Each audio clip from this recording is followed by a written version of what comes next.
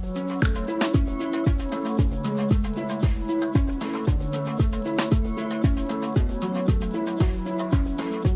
everyone. Welcome to another episode of the Tennis.com podcast. I'm Nina Pantic, and I'll be joined by Irina Falconi and our special guest, Chanda Rubin. While we don't think she needs any introduction, for those who might not know her, she's a former world number 6 who has won 7 WTA titles and 10 in doubles. She's very familiar with the Australian Open, having won the doubles title there in Melbourne in 1996.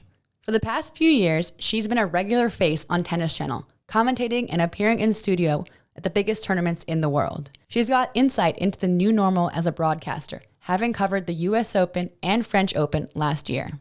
From her home in Louisiana, Chanda shares how she discovered the sport, why she turned pro at 15, and how she navigated life after the tour by getting her degree at Harvard, no less, and getting her start in broadcast. Let's get into our interview with Chanda Rubin. All right, Chanda, welcome to the show. It's so fun to have you on. I'm so excited to talk to you guys today. We want to know how your quarantine shutdown holiday season has been. I know you have a small child, and I know that you're living at home. So what's life been like for you?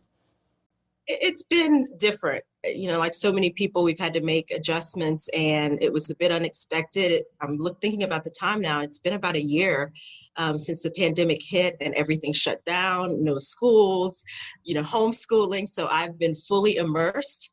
I have a 4-year-old now and an 11-year-old, was 10 at the time. And we just hit the ground running and, haven't looked back. You do what you have to do. And I think at the end of the day, we have appreciated, though, more time together and more time with the family. So that's been the one benefit through all of the challenges. So you said that it's been about a month since you've been on camera. Has that month gone very quickly, or have you missed it? I missed it a little bit. Once I got on today, I realized I missed it. So I don't know what that says, but maybe it's you guys. I think definitely it's talking with the two of you, which is always fun and relaxed. But you kind of just get into life, and we've been back at school with the kids. One of them is part-time, the other is full-time, and with the holidays and just trying to manage all of that. With family having to make adjustments. The holidays didn't look the way they did in previous years, but we got by. And so you get kind of lost in all the everyday stuff. So it's nice to kind of take a step back and get back, talk a little bit, talk some tennis. There's a lot going on with the start, the year getting ready to start, this first week under our belts, but the Grand Slam year getting ready to start. So it's kind of an exciting time as well. What does your work life look like moving forward? We're going into the Australian Open. Are you working remote for that? I'm going to be in LA, so I'll be traveling, working the week before the Australian Open. I'll probably do some things during that, but I'll be mostly home, maybe doing some remote stuff. And then after the Australian Open, I'll be back in LA again. So it'll be interesting, and I think fun to hit the ground again, and get out and about while still staying safe. So I have that, of course, top of mind, but I enjoy going out to LA. I enjoy being in the studio. We have a new studio, which, hopefully everybody's gotten a chance to take a look at, but I'm excited to get back with the group and watch some good tennis, analyze some good tennis, talk good tennis, and go from there. So the last time I saw you was at the US Open, and it was kind of remote, but we were courtside. And I'm just curious, is the difference between actually being remote, you're going to be in LA and seeing tournament that's happening in Australia. Is it just day and night compared to being next to the court and seeing what's happening there? It's very different. And, I've kind of gotten used to all of it only because, even when I'm in LA, I'm not at home. So it still feels like, I'm more connected and I'm more, involved. I mean, the environment is totally different, even being in studio. But of course, when you are on site, at the tournament, on the grounds, you're feeling the energy, you're seeing, people in passing, you're catching up, you are, able to talk to players, at times. And it's a very different a very different energy, a very different vibe. And I definitely get a little more immersed in it in a different way. So I appreciate that. Whenever I can be on site, I, of course, prefer that above all else. But, certainly it's been nice having the option of doing things remotely, and, the studio, having the capabilities of, bringing in tournaments from all over the world, any time of the day or night. You just couldn't do that and be on site everywhere. So, it's a great middle ground, to have being in studio, but certainly on site it's not much that can beat that. So follow up on, you said day or night. What's going to be your schedule with the Australian Open time change? It's quite significant, or am I totally off? It is. And I always get a little confused because throughout the year, we go from obviously tournaments in the US to tournaments in Europe, to Asia. And so I always start thinking, okay, what's the time difference? For sure, I'm going to have some 1 a.m.s. That I know. Oh, yeah. But, that's kind of the fun part as well. Not always fun getting up and feeling like you're the only two people up in the world, but, to have those matches live and, to get them as they're happening and to bring them to people. Again, that's just a different energy as well, even when you're in studio. So, yeah, I think it'll be some crazy, time differences. I always wait until I'm there to see kind of how they schedule us, who gets what shift. But we work together. It's a team effort. Some days you get the short end of the straw and you accept it. You figure, okay, it's going to even out. I'll get some better hours maybe during the week. But, just like playing, Serena, some schedules are a little crazier than others. You deal with it. It's the benefit of having these opportunities, and you want to go out and take advantage of them. So it's similar being in the studio. You just have an appreciation for the opportunity, and hopefully when it's a good match, you forget about all that. Right. Right. I do understand like the virtual commentating. I think that makes sense. But when it comes to doing player interviews, I feel like we've lost something without having a player on set. You said not being able to kind of immerse yourself and speak to players more candidly and, just talk to them in the hallways and that kind of thing. Has it been really hard to do the interviews and the player interactions via Skype and Zoom and all of that? I've gotten actually, a little more used to doing that now.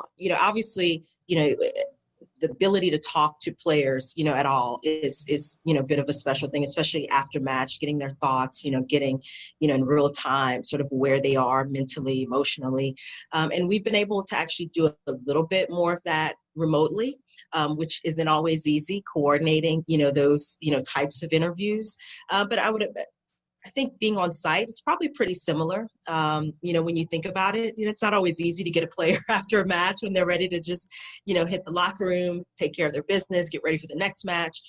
So, all of it poses a little bit of a challenge, but I find that it pushes me a little bit more, having to do things a little more remotely, being kind of forced into into this box, so to speak. And, you've got to be clear on what you're asking. You've got to be clear on, what you're, looking to get from them or, what they're conveying, because it doesn't come across the same as it is when you're face to face. There's a little bit of a break in that connection.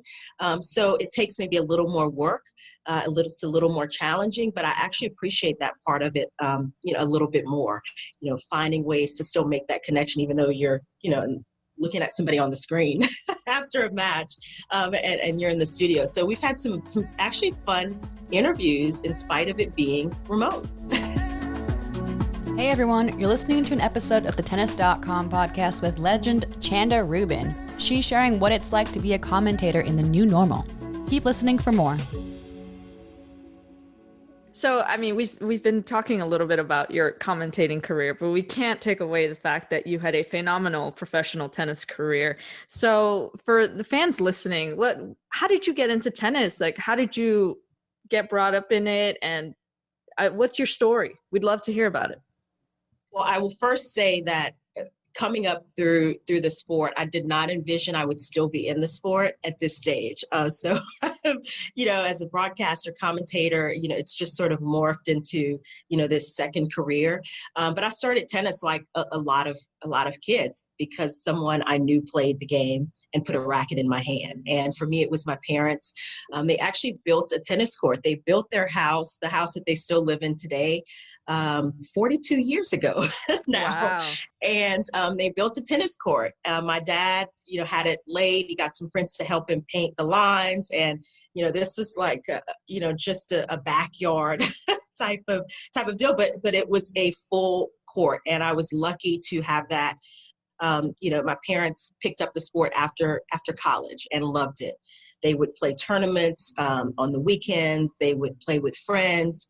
And I remember anytime I woke up in the mornings, I was kind of a late sleeper compared to everybody else. Anytime I woke up, nobody was in the house. I knew they were out in the tennis court. My next thought was like, oh, they're on the court. And of course, I would, toddle out there in my gown with my racket. And it was just something that was always a part of my life. And I was fortunate to have good support, to have a little bit of talent, to have good help, through the course of my development. And I was very lucky being in Lafayette, Louisiana. We had a great tennis program. So from the time I was 7 years old, I was in that program with some of the best juniors in the area, excellent coaching fundamentals. So I was fortunate. I didn't have to leave home, to continue along, my tennis path, and turned pro at 15, and just kind of went from there. We love a label in tennis, obviously. So when you hear world number 6, former world number 6, what do you think? And do you wish it was like top 5, or are you like, yeah, it was so number 6, I'm the best? Well, of course I'm like, oh, why couldn't it have been 5? And then, oh yeah, why couldn't it have been 1? Right. Of course. I mean, we always want more. And, certainly, when you're in the midst of your career, at least for me, you don't think about, those things so much because you're immersed in it. You're always looking at the next opportunity, the next goal, the next thing that you want to do. So now that I'm retired, of course, I have a little more time to think along those lines in terms of the totality of my career and what I accomplished, the ranking that I got to, the best result at a major, because that's what everybody wants to know, especially those that maybe didn't see me as a player. And also, tournament wins, how many tournaments did you win? And people still don't understand it's very difficult to win one tournament, let alone multiple. And we sort of get, we get used to hearing these crazy numbers of all-time greats, but, I do appreciate it more being on this side than I did when I was playing. With that being said, it's always like, man, I could have gotten this or this match if I had just done that. Or so occasionally I go into that realm, but most of the time I'm just not thinking about it and just focus on the now and what I'm doing in the present. So, but that's the competitor in you, though. That's the competitive side. I think a little bit. And so I do at this stage, I struggle sometimes to just not get into that space. So, even with my husband, he'll want to compete at something or he'll want to, play something. I'm like, look, before we start, I'm not trying to compete hard. I don't want to get pissed off. I don't want to, no trash talking because then you're going to bring out the worst in me. And I just want it to be nice and calm now. We're not playing for anything. So let's keep this in perspective. So I do work a little bit now to make sure I keep myself in a good space. But yeah, it's fun sometimes to kind of think back on that and to pull from it, in what we're doing now, to pull from, just that determination we had as players, the confidence we gained from, what you accomplish and bringing that to the next task. I certainly use all of that now. That's really funny that you mentioned that when you have to compete with your husband. I was recently playing pickleball and I told my friends, they were like, oh, let's just go have some fun. And I was like, what do you mean? We're not competing? There's not something on the line? Is there a prize in the end? And I was, I have to bring it way down. I have to really just focus on that. But the competitive side never really shuts down when you're an athlete of your caliber. And that is owed a lot to, one, the way you were born, but also your parents. And having a tennis court in their backyard can sometimes make a player actually resent the sport a little bit. Did your parents push you Like, were they always wanting you to play tennis, or did you seek it out? I never felt like they pushed me. And it was funny early on, I was in the way, because they love to play. I mean, and, they were happy to put a racket in my hand and, have me go out and enjoy it with them. But they were, wanting to play themselves. And, as a 3-4-year-old, I mean, there's not much you can do except get in the way. So they put me off on the fence. And I don't know why I had that mindset, but I would literally hit on the fence until they would try to hit with me or toss me a few balls. And if, hitting on the fence, the ball doesn't come back. You hit it and it just kind of drops. So you got to hit it hard. So maybe that's why, I became a bigger hitter, maybe starting with those origins. But I guess I enjoyed it at that early stage. And, I was, always out there looking to do and try to do what they were doing. And so finally, my dad kind of took some pity on me and started hitting with me. And it just started from there. But yeah, no, did not push me, didn't try to coach me, which I think was the best decision for us. And, just allowed me to develop the way I needed to and, to have the input and the expertise of coaches helped me in my development. But he never got in the way, at least from my perspective, never got in the way of that. Very different from our upbringing, isn't it, Nina? Both of our dads wanted to be on the court all the time. So very different. I mean, very control. My dad was a bit controlling. So I think he knew, okay, I got to step back because this may not work. Yeah, that's a smart dad. I do a little too much. But you turned pro at 15. I think that's crazy young, especially today when we see players now playing into their mid-30s. But that's crazy young in any sport, anything. So how did you decide to turn pro?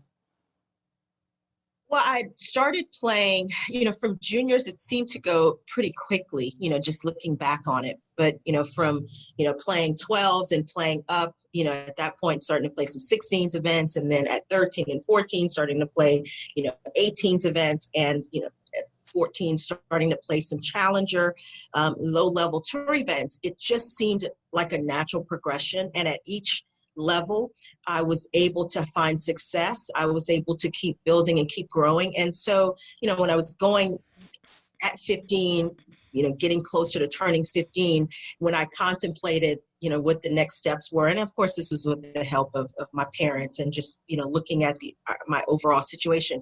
When I looked at, the option to go to college, which would have required me waiting another 2 or 3 years, and looking at where my development was at that stage, breaking into the top 100, that for me was a bit of an indicator that I could play at that level, that it made me feel like I belonged at that level. And it would not have made a lot of sense to wait to try to go to college or to kind of stay stagnant.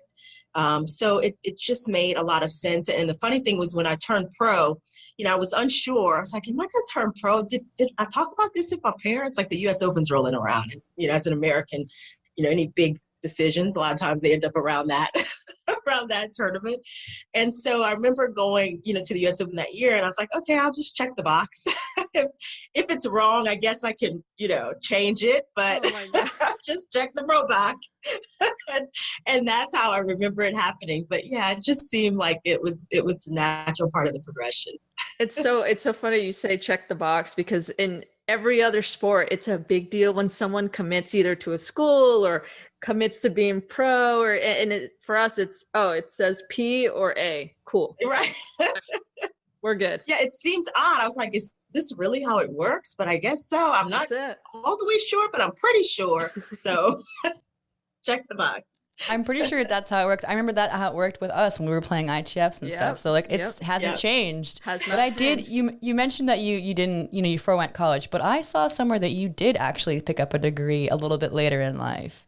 And it may have been your research, Nina. Somewhere called Harvard Extension School. Have you heard of Harvard? I've heard of it. Yes, it's actually one of my most prized accomplishments. The fact that I was able to go back and get my degree, and I made the decision when I retired.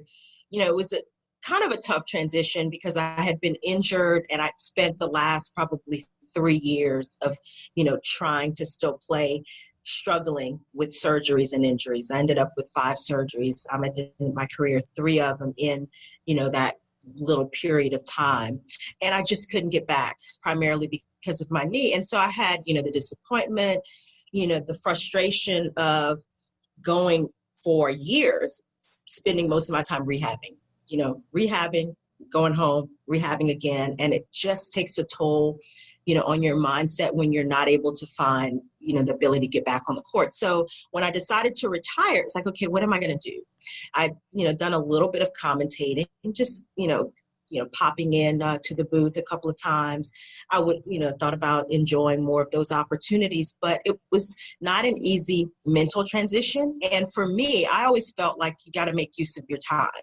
If you're not, getting something from it, if you're not, putting yourself in a better position one way or the other, then you're kind of wasting your time. And so at a certain point, I felt, you know what, I would love to go back. I always thought my education was important. My mom was a teacher.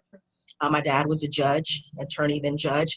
And so education was always tremendously important. And so I thought, this would be a great use of my time. It would be a great experience. I had got a real estate license at that point. So I said, I want to learn more about, just, economics and finance. And I knew that's what I wanted to do from a commercial perspective. So it just fit. And I thought, why not? And if you're going to get a degree, like, go to a good school. It's decent. So it's a decent I was school. like, might as well, kill a few birds with one stone. And it was one of the best decisions that I made. I loved it. Going to Harvard, their program, their extension school program required a certain number of semesters, in class, on site. So I spent a summer in Boston, I spent a winter, and I spent a spring. And I have to tell you, the winter was tough. I'm glad I did it, but that was the toughest. I think I had an apartment there for that period of time, dropped my key in the snow, never found it. And I still don't know, how do you lose a key in the snow, but I guess it happens. Oh my gosh. That is amazing. Oh You would not be used to cold weather. You're based in LA and Louisiana. Of course you're not going to like Boston. I had no experience with that, and literally walking, feeling like I'm on even ground, even footing, and just biting it, ending up on my butt. So it was good experience, varied experience, but it's definitely one of the best things that I did. Hey listeners, this is an episode of the Tennis.com podcast with special guest Chanda Rubin. She's sharing how she discovered the sport of tennis and why she turned pro at the tender age of 15. Keep listening for more. So it sounds like whatever you're passionate about, you succeed at. And as you can tell from your commentating, was that something else that was just kind of a natural progression as well after tennis? It wasn't as natural as it might have seemed. It took some time for me to get consistent opportunities. And, you think, okay, you play the sport, top 10, you have good results, a pretty good resume. And I didn't find there were a lot of opportunities. And, also just building from that standpoint, it was tough at times, figuring out how to create a pathway to get better, to get more comfortable, to get more, confident, with analyzing matches, especially making the transition from being a player. You're always a little hesitant because you know how tough it is out there. You know how difficult these decisions are, and, you don't want to talk too harshly about anybody, but your job is still there to analyze, the match. So, learning that, and just getting more comfortable with that side of it, and getting more opportunities to get comfortable in those different areas. Also, there's the commentating, analyzing part where you're in the booth. There's the desk part where you're talking and, setting up stories and giving your opinions. There's the interview part. There's different components, and, transitioning into television and broadcasting, they just assume you can do it all. It's like, okay, go interview this player. Like, wait, I haven't actually interviewed before, but okay, any type of questions I should ask? Or, you're in that space that's very different from, being a player and the competitive mindset. And so a lot of that I'm grateful for those opportunities to learn and grow, but it wasn't easy to get those consistent opportunities. But it's been so much fun with Tennis Channel over the last 3 years now. And I feel like I've improved a lot just because I have a consistent group of people and, some consistent opportunities to get out there and fly the craft. Just like practice, you just got to keep at it, right? Pretty much.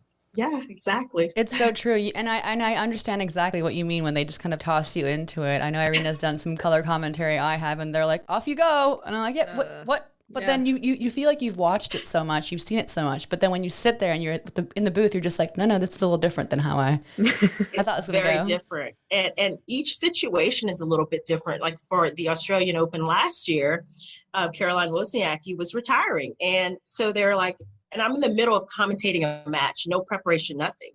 And they say, can you go and if she loses, can you go and do her on-court interview? And they have this big presentation and they're going to, the tournament director is going to come out. And I was like, in the middle of this match, I'm like, wait, what? Okay, what's going on again? And then in the midst of it, I'm having, that was a great point. And wow, she just really moved in. She stayed low to the shot. And then I'm hitting my talk back, go, okay, tell me again what we're talking about here. And so, you just get thrown into situations. And she ended up winning that match. So I actually had another day to at least prepare. There you get go. some makeup in my bag and that kind of thing. But it's so funny, the different situations that come up. It's always something new. I think that's one of the things I enjoy about it.